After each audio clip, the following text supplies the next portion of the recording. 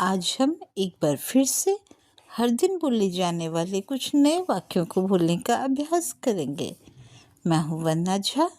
मैथिली पाठशाला में आप सभी का स्वागत है। आइए हम सब एक बेर फेरसँ सब दिन बाजे वाला किछ नव नव वाक्य सबके बजबाक अभ्यास करबे। हम छी वंदना झा। मैथिली पाठशाला में अहाँ सब गोटेक स्वागत अछि। अब हम शुरू करते हैं। अब हम शुरू करै छी। क्या पूछना है? की पुछबाक अछि? क्या कहना है? की कहबाक अछि?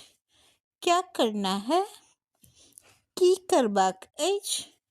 क्या पढ़ना है? की पढ़बाक अछि? क्या पीना है? की पीबाक अछि? क्या लाना है? की अनबाक अछि? क्या दिखाना है? की देखेबाक अछि? क्या खाना है?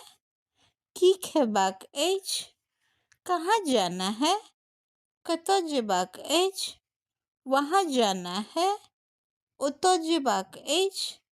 यहाँ आना है? एतऽ एबाक अछि?